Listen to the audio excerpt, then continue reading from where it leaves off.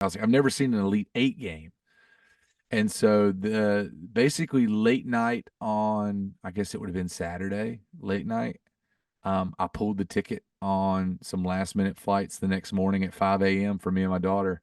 And I got my wife to drop us off at the Jacksonville. I was down in Jacksonville, Florida, visiting my in-laws. And she dropped us off at the airport at 5 a.m. and we jumped on a plane and went to Dallas.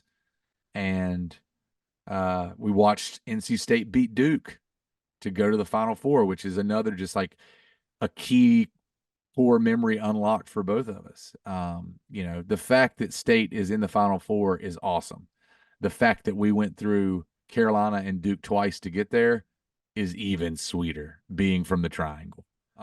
I don't know if I would have been the same person, but the person standing before you today found themselves as an 18-year-old moving to Raleigh, North Carolina, attending NC State.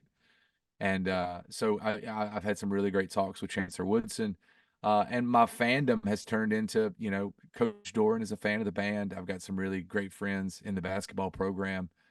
So it's led to me being able to really support the team, really able to be kind of a ambassador for NC State athletics. Like I grew up a massive Carolina fan. My dad was a Really? big my dad was a big Carolina fan. My family was a big Carolina fan. Um, Nobody ever went to Carolina, but everybody pulled for Carolina. And it just didn't make sense for me to go to Carolina. I went to NC State from the time I walked on campus for orientation, it was the place for me. A bunch of my friends from high school went there. None of my friends from high school went to Carolina. All of my friends went to State. So I went to State. And like I said, from the minute I walked on for orientation, it was I can never pull for the blue team again. Because growing up, I picked my teams based on who was winning, like most kids do. Most kids don't pick a perennial loser to be their favorite team. Most kids want to be able to wear that jersey into school the next day after a big win. That's how you fall in love with sports, is you get on these bandwagons. Um, unless you're my daughter, and then you're born into pulling for a team like NC State because that's where dad goes, and if you want to spend time with dad, you got to go to the state games. Um, so I was a big Carolina fan growing up just because I liked going to school and pulling for a winning team. But once I went to college at NC State, that immediately stopped. And I was very much of the fact I wanted to grow where I was planted. I really felt strongly about if I was going to make it in the music business, I wanted to make it from North Carolina.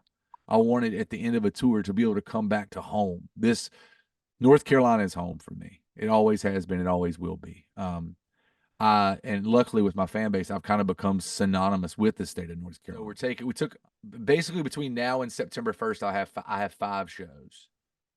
And then starting in September, when the record comes out in August, we start touring in September. It's pretty brutal. It's 2 weeks on, 2 weeks off, 2 weeks on, 2 weeks off until the end of the year. And we'll be out supporting the new record then. But until then, I've got a lot of time off, and luckily for me, the NC State basketball team is making a run, and I've got nothing but wide open weekends. So um, it's it, it, it's fate. I would call it serendipitous that I never have this much time off during March Madness.